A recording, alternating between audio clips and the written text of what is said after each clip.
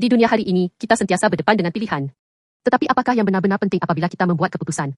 Manusia sering menilai orang lain berdasarkan pendidikan, kekayaan, rupa paras, atau latar belakang.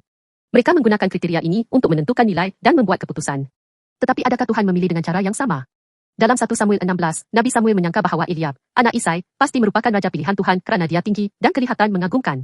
Tetapi Tuhan membetulkannya dengan berkata, jangan pandang rupa atau ketinggiannya, kerana aku telah menolaknya. Tuhan tidak melihat seperti manusia melihat. Manusia melihat luaran, tetapi Tuhan melihat hati. Manusia mudah tertarik kepada perkara luaran dan sering membuat pilihan yang salah kerananya. Kita cenderung melihat apa yang kelihatan di mata, tetapi Tuhan melihat hati, karakter, dan niat yang sebenar. Rupa luaran boleh menipu, tetapi hati mendedahkan kebenaran. Tuhan melihat melangkaui permukaan dan menghargai iman yang sejati lebih daripada segalanya. Jadi, bagaimana kita boleh mengikut standard Tuhan dalam keputusan kita? Pertama, kita harus sedar bahawa apa yang kelihatan bukanlah segalanya. Tidak kira betapa hebat sesuatu itu di luarannya, kita perlu menilai semula standard kita dan memastikan kita membuat pilihan yang bijak. Kedua, kita harus menerima bahawa kita tidak dapat sepenuhnya memahami hati seseorang. Hanya Tuhan yang mengetahui niat sebenar mereka, jadi kita perlu mencari bimbingannya.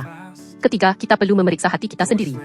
Seperti mana orang lain mungkin mempunyai motif tersembunyi, kita juga perlu menilai niat kita sendiri. Daripada tertarik kepada sesuatu yang kelihatan baik di luar, kita mesti belajar untuk menghargai karakter dalaman lebih daripada kualiti luaran. Apabila Yesus datang ke dunia ini, dia tidak menepati definisi kejayaan dunia. Dia tidak kaya, tidak berkuasa, dan tidak mempunyai rupa yang menarik. Namun, dialah yang dipilih oleh Tuhan, penyelamat dunia. Walaupun manusia menolaknya, Tuhan telah memilihnya. Yesus datang untuk menanggung dosa kita dan mati di kayu salib bagi kita. Dia tidak menilai kita berdasarkan rupa, tetapi dia melihat hati kita dan mengasihi kita. Di dalam Kristus, nilai dan pilihan kita diubah, dan melaluinya, hidup kita diperluaskan. Semoga kita menyelaraskan standard kita dengan standard Tuhan, percaya kepada hikmahnya dan kepada yang dipilihnya, Yesus Kristus.